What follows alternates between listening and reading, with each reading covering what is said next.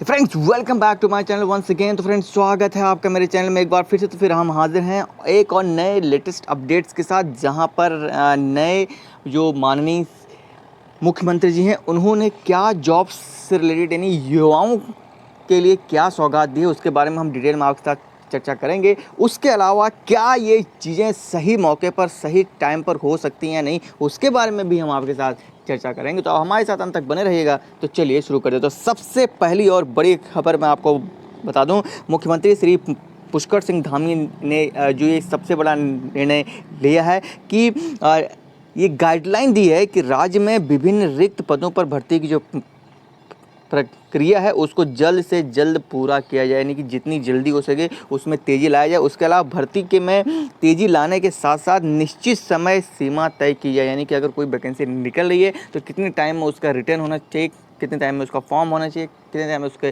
Physical है तो physical, नहीं तो वेरिफिकेशन है तो कितने टाइम के अंदर ज्वाइनिंग होनी चाहिए, यानी कि उसकी एक माह या फिर कुछ उसका लिमिटेशंस जो है फिक्स कर देना चाहिए, ऐसा उन्होंने कहा। उसके अलावा उन्होंने कहा कि कोविड-19 के कारण भर्ती प्रक्रिया में काफ़ी दिक्कत हो रही थी, इस वजह से 1 साल के छूट देने के लिए कैबिनेट में प्रस्ताव लाया गया है। तो मैं आपको बता दूं, पिछली जो सरकार थी, पिछली से भी पिछले यानी कि TSR जो सरकार थी, वहाँ पे ये कैबिनेट में डिसीजन लिया गया था कि जो है कोविड-19 को देखते हुए 6 मंथ का रिलीफ वहाँ पर दिया गया था, नहीं जो कि जुलाई में ख़त्म हो रहा था। तो यहाँ पर ये सबसे बड़ा निर्णय फिर से लिया गया है कि अब कोविड-19 को देखते हुए एज में अब जो भी वैकेंसीज आएंगी या पहले आ गई होंगी उनमें 6 महीने का नहीं 1 साल का छूट दिया जाएगा, यानी कि आपकी जो एज कैलकुलेशन होगी वो 1 साल पीछे से होगी। ये डिसीजन आपको कैसा लगा कमेंट सेक्शन में मुझे बताना ज़रूर, आप क्या सोचते हैं। अब आते हैं सबसे बड़ी बात को लेकर।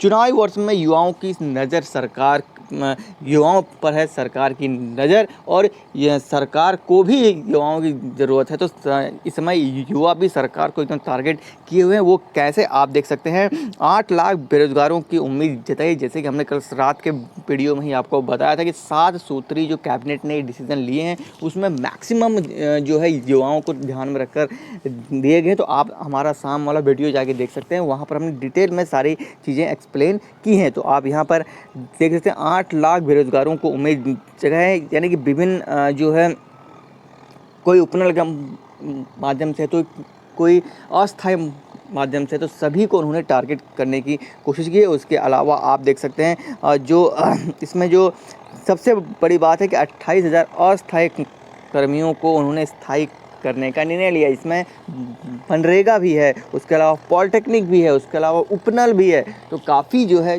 चीज़ों को उन्होंने एक साथ लाने की पूरी कोशिश की है। नेक्स्ट आप देख सकते हैं कि अतिथि शिक्षकों के बहाने हरी सिंह रावत पर साधन है, यानी गेस्ट टीचर की जो एक आप देख सकते हैं इस बार उन्होंने उसका मानदेय भी बढ़ा दिया है, 15,000 से लेकर 25,000 कर दिया। और उसके अलावा जो उनके होम डिस्ट्रिक्ट है उसी पर उनको जो है ज्वाइनिंग दी जाएगी। उसके अलावा आप देख सकते हैं वन विभाग में जितने भी पोस्ट होंगे, लाइक वन दरोगा का तो एग्ज़ाम जल्दी हो रहा है, उसके बाद फॉरेस्ट गार्ड का भी इस महीने फिजिकल है, उससे रिलेटेड भी हमने एक स्पेशल वीडियो बनाया, तो आप जाके चैनल पर विजिट कर सकते हैं कि उसका एडमिट कार्ड कब आने वाला है। उसके अलावा 7 नहीं 800 से ऊपर जो है फॉरेस्ट गार्ड की भर्तियां फिर से इसी महीने आने वाली हैं। तो उसके अलावा आप देख सकते हैं कि और भी नए रोज़गार के जो है यहाँ पर ऑप्शन दिए जा रहे हैं। तो ये चीज़ें हैं जो है युवाओं को एकदम जो है सही तरीके से टारगेट करने की कोशिश की है, क्योंकि जो है 2022 में युवा ही सबसे बड़ा भागीदार हो सकता है सरकार बदलने में भी और बनाने में। बाकी आप क्या सोचते हैं कमेंट सेक्शन में बताना। ये तो रही 2 पॉजिटिव खबरें। अब मैं असली हकीकत पे आपके साथ आता हूँ कि ये जो सारा चीज़ खेल चल रहा है एक्चुअल में इसका सही से समाधान हो सकता है या नहीं हो सकता है, धरातल में इसकी जो है सही से एग्जीक्यूशंस आप कह लीजिए एग्जीक्यूशंस हो सकता है या नहीं हो सकता है, उसके बारे में चर्चा करेंगे अगली पोस्ट में। जी हाँ, अब यहाँ पे आप देख सकते हैं कि सबसे बड़ा सवाल यही है कि 6 महीने में कैसे होंगी 22,000 भर्तियाँ। तो आप सोचिए कि कुल मिलाकर 22,000 तो ये जो चल रही हैं वो हैं। उसके अलावा जो टोटल भर्तियों का जो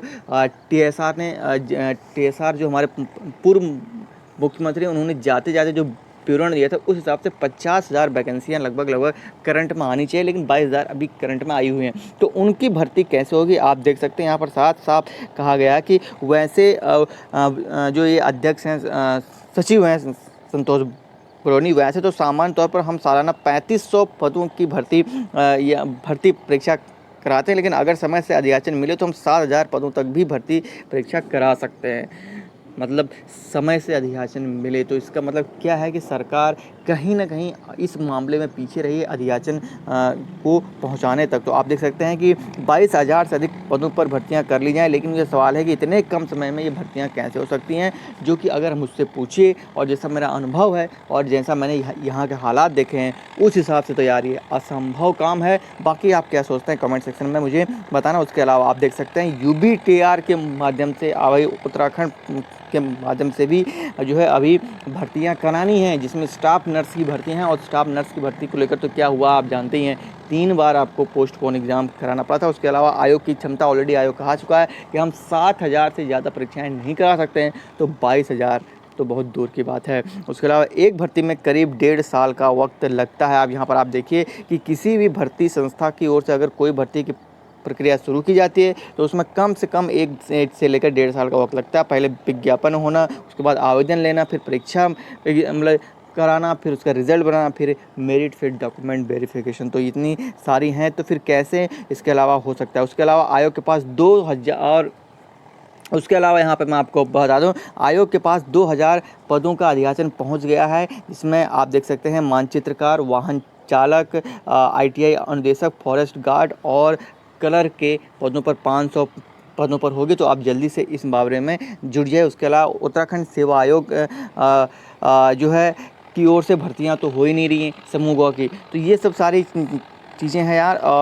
तो इस तरह से सारी चीज़ें बन रही हैं और एक्चुअल में हकीकत क्या है आप भी ये जानते हैं कि इस तरह की जो भर्तियां होती हैं ये चुनावी सालों के अंत में ही आती हैं। तो उसके अलावा मैंने यहाँ पर आपको सारी चीज़ें बता दी। 2 पॉजिटिव खबरें बताएं कि किस तरह से जो है एज में आपको 1 साल की छूट देने वाली है। उसके अलावा जो है आपको 2000 पदों पर भर्ती जल्दी आने वाली है, मानचित्रकार, ITI ये सब की। और बाकी उसके अलावा एक्चुअल में ये 22,000 पदों पर भर्ती हो सकती है नहीं हो सकती है, ये भी मैंने आपको डिटेल में बताया। तो वीडियो अच्छी लगी तो लाइक कर देना, बाकी हमारे चैनल पहली बार सब्सक्राइब कर देना। ऐसी इंटरेस्टिंग वीडियोज़ हम लाते रहते हैं। तो मिलता हूँ नेक्स्ट वीडियो में। टिल देन जय हिंद, जय भारत, जय उत्तराखंड।